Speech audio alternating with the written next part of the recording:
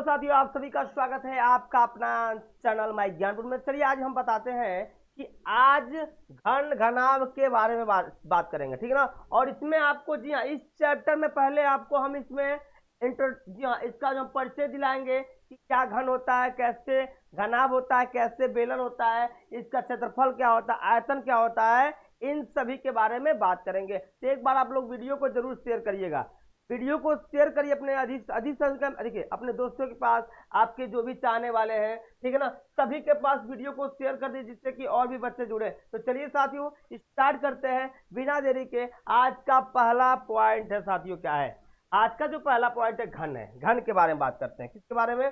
घन के बारे में। बहुत ही इंपॉर्टेंट, आप किसी भी एग्जाम में चाहे कंपटीशन का दे, चाहे आगे आने वाला जो कंपटीशन होगा उसमें भी बहुत जानकारी के लिए बहुत ही चीजें अच्छी है, तो आप लोग ध्यान दीजिएगा।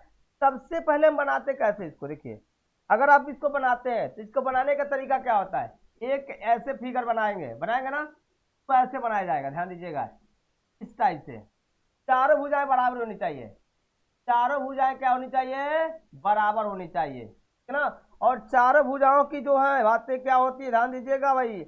यहाँ पर ये बन जाएगा, बना लीजिएगा, यहाँ से इसको इसको जोड़ दीजिए, इसको यहाँ से जोड़ दीजिए, इसको यहाँ से जोड़ दीजिए, इसको यहाँ जोड़ देते हैं।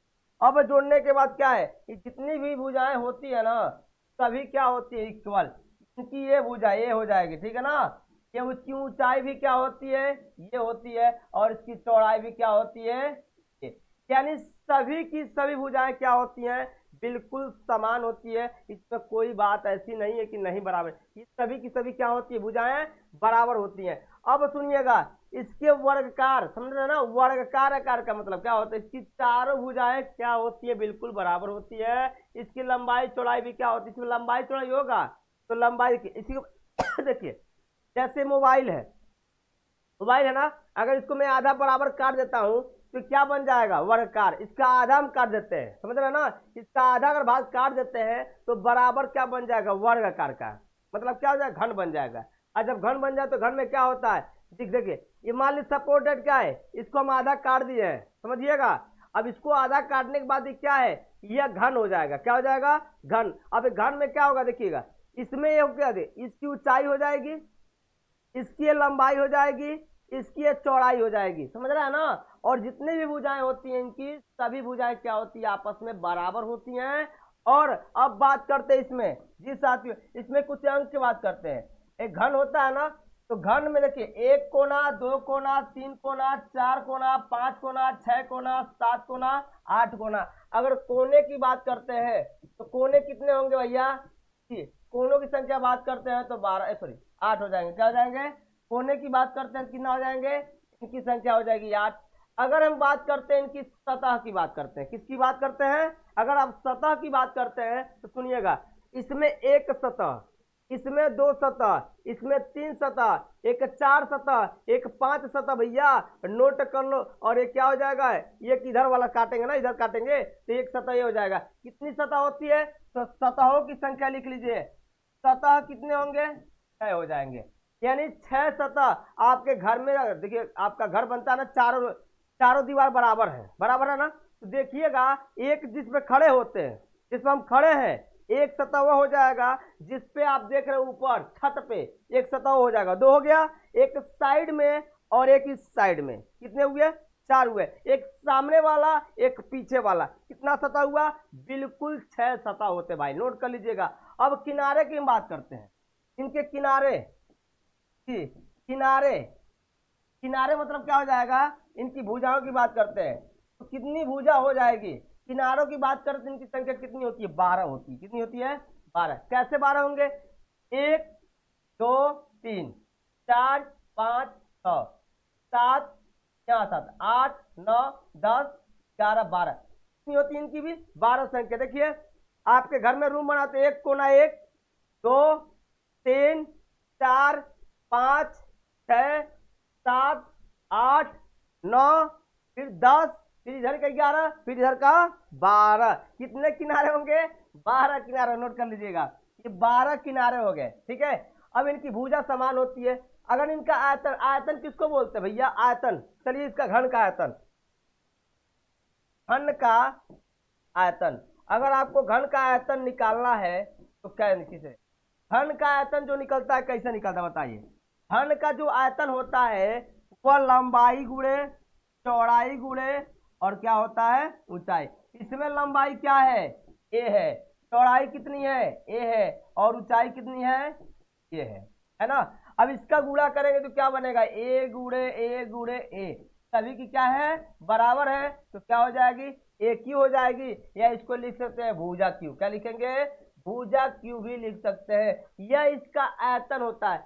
आयतन समझ आ रहा है ना, आयतन किसको बोलते हैं जितना जगह वह लेगा जिसको रखे। मुझे मान लीजिए हमें मोबाइल है, ये किसका है अब मोबाइल है ना। अब ये मोबाइल दिया है किस आकार का है घना है, मतलब घन आकार का है, समझ इसको काट दिया था तो घन आकार का बन जाएगा ना। अब इसको जहां रखेंगे तो जितना जगह नहीं लेगा, ये जहां रखेंगे उतना जगह लेगा, उतनी ऊंचाई लेगा और उतनी चौड़ाई उतनी लंबाई, सारा चीज लेगा नहीं लेगा, उसी को कहते हैं आयतन। तो ये आयतन इसका कितना होता है ए क्यू, या इसको बोलते हैं भुजा क्यू, ये हो जाएगा घन का आयतन।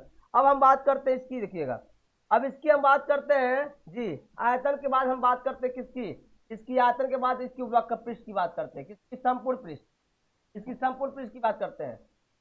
संपूर्ण संपूर्ण पृष्ठ, संपूर्ण पृष्ठ का क्षेत्रफल कितना होता है भाई। देखिए हमने लिखवाया है कि संपूर्ण पृष्ठ का क्षेत्रफल जी इसका होता है 6,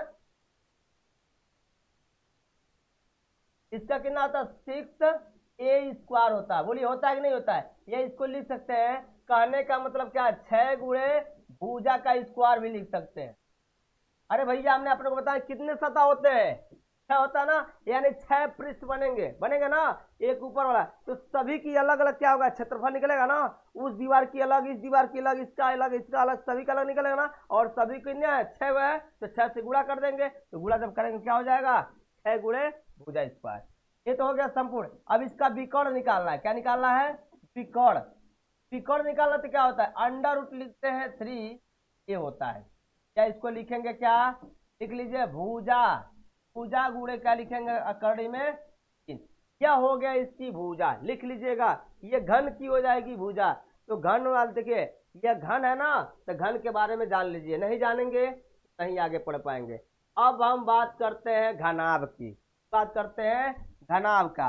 घनाभ कैसे बनता है बताइए, घनाभ कैसे बनेगा भाई जरा बताइएगा। घनाभ जो बनेगा बिल्कुल इसी टाइप का बनेगा, देखिएगा बिल्कुल इसी टाइप का, जैसे क्या है देखिए इसका हम बनाते हैं क्या, ये जब घनाभ बनाएंगे तो इसी आकार का, बिल्कुल इसी आकार का बनेगा, ध्यान दीजिएगा बिल्कुल इसी आकार का बनेगा। लेकिन अंतर क्या होगा इस लंबाई लंबाई लंबाई और चौड़ाई क्या होती है, इनकी लंबाई और चौड़ाई क्या होती है बिल्कुल अलग अलग होती है। देखिए इनकी जो चौड़ाई, इनकी लंबाई, इनकी ऊंचाई क्या होती है अलग अलग होती है। इसलिए इसको क्या कहा जाता है घनाभ कहा जाता है।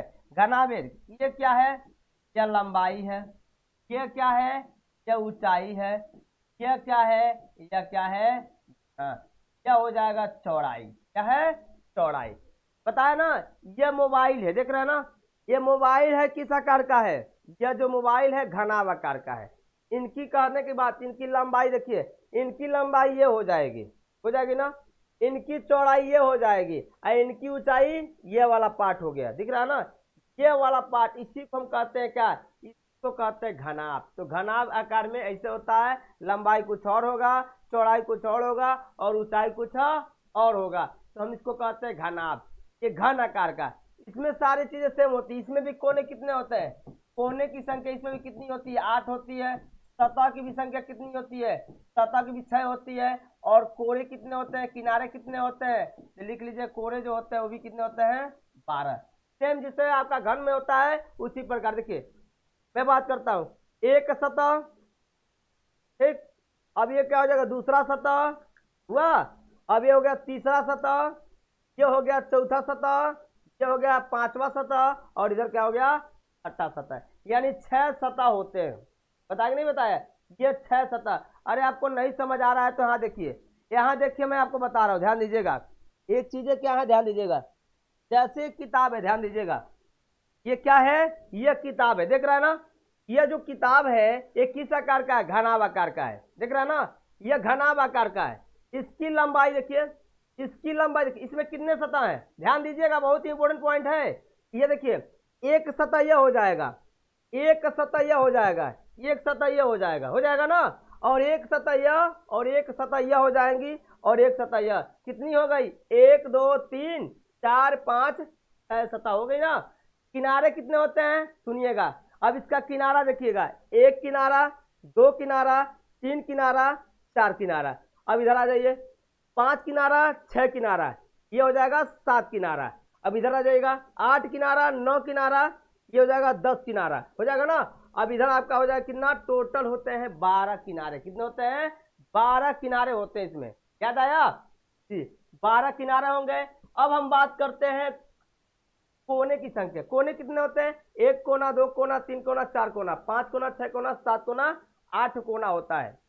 आई बात समझ में? तो चलिए, आई होप आप लोग को समझ आ गया होगा। और ये किस आकार का है? घनाभ आकार का। किसका आकार का है? घनाभ आकार। अब बताइए, अगर हम इसका आयतन निकालते हैं, सुनिएगा, बात सुनिएगा मेरी बात। अगर इसका हम आयतन निकालते हैं, आयतन की बात करते हैं, तो आयतन, इसका लंबाई क्या होता है? आयतन बराबर क्या होता है? लंबाई गुणे चौड़ाई गुणे और क्या होता है? ऊंचाई। आयतन किसको कहेंगे? अच्छा बताइए, किताब है, ये किताब है ना इतनी मोटा, अब इसको जहां रखेंगे आप, अगर मान लीजिए आप यहाँ कहीं रखते हैं, इतना जगह लेगा ना, इतना लंबाई, इतना चौड़ाई लेगा, इतना लंबाई लेगा, और इतना ऊंचाई लेगा।